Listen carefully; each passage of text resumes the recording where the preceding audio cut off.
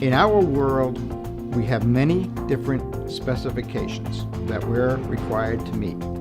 Usually, what you'll see is a little table that says it'll give the size of the valve, the airflow, and the pressure drop, and then an NC.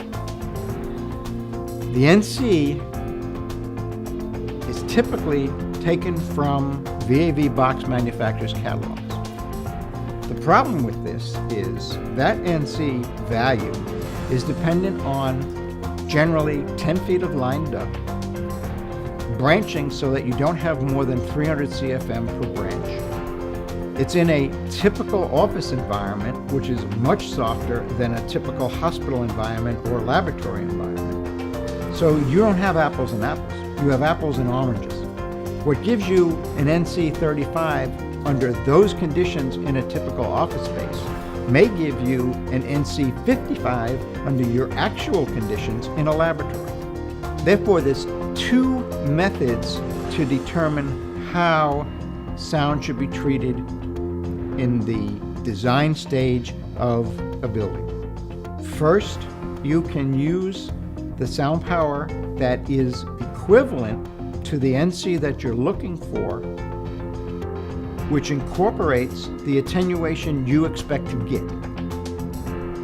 If you know that, then you can have a table that lists the absolute maximum sound power level for your design. The second method, and the more logical method, is to do an acoustical analysis on your design. And this way you start off with your source, which generally would be one of our valves or VAV box, and you trace from that point there to the room, various diffusers, return grills, and everything else, and then you calculate what the resultant sound levels will be in that space, and then you can predict what the NC is, or the RC, or the A-weighted sound level. This is a much more reliable method of doing that. In summary, you've got to be careful.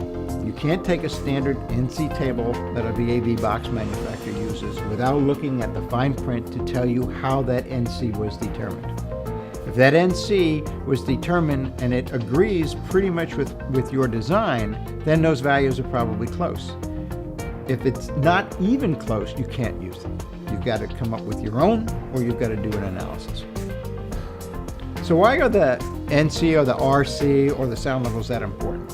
Well, basically, you have guidelines that are currently used that tell you the absolute highest sound levels you can have in various different types of spaces. For example, in a typical laboratory where you have a number of fume hoods and minimal communication is required. That means the laboratory is a working research, the offices are outside. An NC 50 is sufficient for that space. If this is a teaching laboratory, i.e. now students and teachers are going to be in the same space that the fume hoods are, now you're looking at an NC that's going to be generally less than 40. Same application, two completely different requirements. In hospital rooms, you have NC levels that are different for the type of space. For example, in the waiting room, you could probably get away with an NC 40. In a patient room, you're looking more at 30 or 35, so considerably lower. All of these are prescribed methods, they're all published, and they give you guidelines that will result in, generally speaking, 80% of the population will be satisfied. You always have that 20%, but if you can satisfy 80%, you should be okay. So these are guidelines, and they're giving you NC values.